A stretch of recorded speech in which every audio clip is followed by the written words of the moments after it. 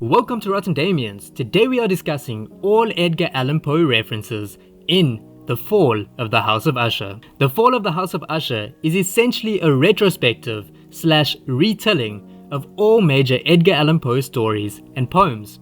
I honestly have no idea how Mike Flanagan pulled it off, because he managed to implement so many literary works into this show without it coming off as tacky. He seamlessly blends various stories and amalgamates them into one long, dark and glorious story arc. I'm no Poe expert, so please don't hammer me if I get anything incorrect or if I missed a reference. But you guys don't care about that, so without further ado, let's get into the video. Let's begin this video with the most obvious reference to Poe's work, Fall of the House of Usher. Fall of the House of Usher is a short story that was published in 1839. The story follows twins named Roderick and Madeline Usher. Roderick and his sister have fallen ill, so he writes to his longtime friend inviting him to the mansion. The friend takes on the role of the nameless narrator. The narrator arrives at the Usher mansion expecting to find a magnificent work of architecture. However, it looks dilapidated and has a huge crack running down the middle of it. Roderick invites the narrator inside and tells him that his sister has contracted some weird disease that renders her immobile, and that he's losing his mind in the house. He keeps hearing weird sounds and hallucinating. Long story short, Madeline passes on, so Roderick and the narrator lock her in a coffin and hide her in the house. Soon after doing this, they begin hearing strange noises around the house. Eventually, Roderick realizes that his sister must still be alive, and as he comes to this realization, she barges into the living room covered in blood, having escaped the coffin. Madeline collapses on top of him, having passed away for real this time, and this in turn makes Roderick pass away from fear. The narrator quickly leaves the house, not wanting to catch a case, and as he looks back at the mansion, it collapses. The TV show loosely follows this story, especially in the final episode. The difference between Poe's version and Flanagan's version are the fact that Roderick tells the story to Augie the lawyer, rather than it being told through a nameless narrator. Secondly, Madeline becomes paralyzed after being poisoned by Roderick, not from a disease. And lastly, Madeline chokes Roderick to death in the finale, causing his demise, rather than him passing away from fear. All in all, the story is very similar, and Mike Flanagan created an epic retelling. Reference number 2 is taken from Poe's most famous piece of literature, a poem titled The Raven. The first and last episode are titled A Midnight Dreary, which is taken from the first line of the poem.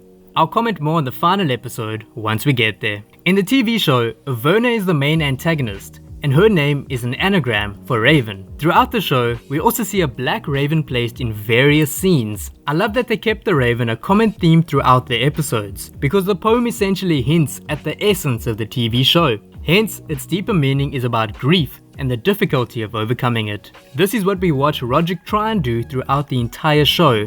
He loses all of his children and is struggling to accept the loss. Hence, he continues to hallucinate their deranged corpses. The third reference takes place during the opening scene of episode 1.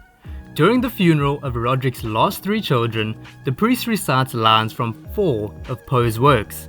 2 of the works are poems and the other 2 are short stories. The first poem is For Annie, which is about hope. And the lingering illness is over at last.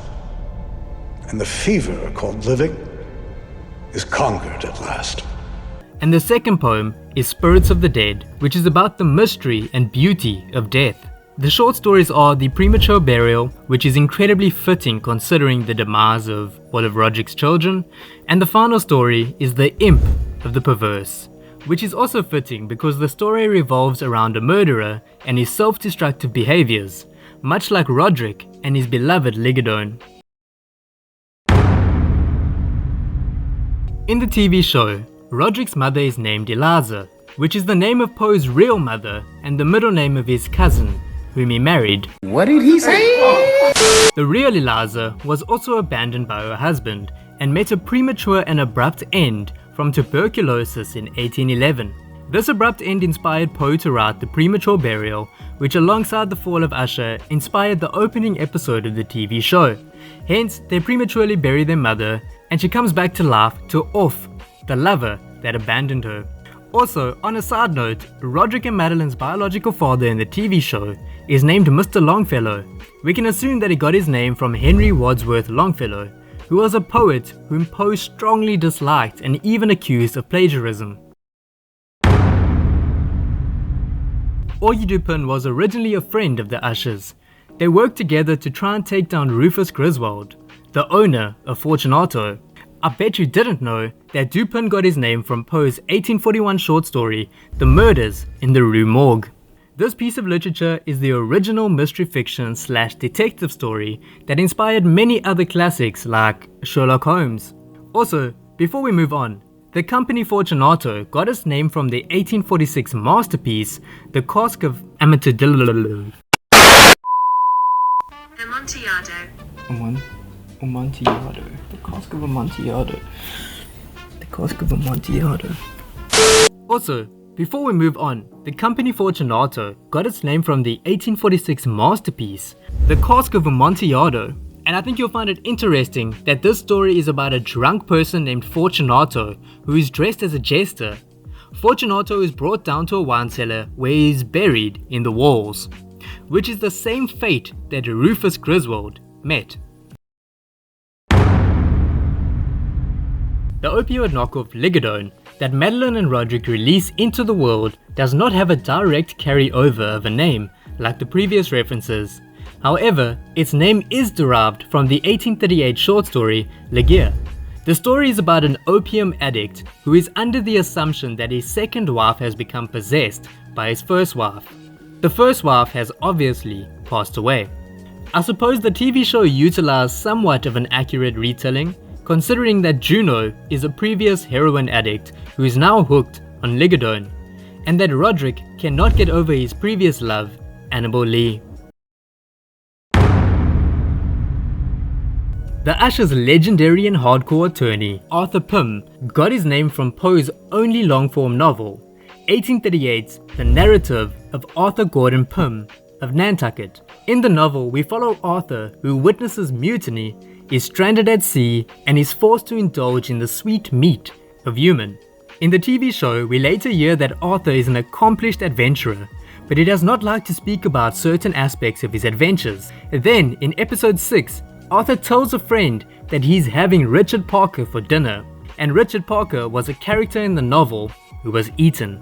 Fun fact, that line was improvised. The final reference I have for you guys is that Lenore calls Roderick Grampus. Grampus is the name of the ship in the novel. If you enjoyed this video, be sure to like, comment, and subscribe. It really helps the channel grow and for me to reach my goals. Let me know in the comments down below if I missed any references and your thoughts on the show. Thank you for watching, and I'll see you next week.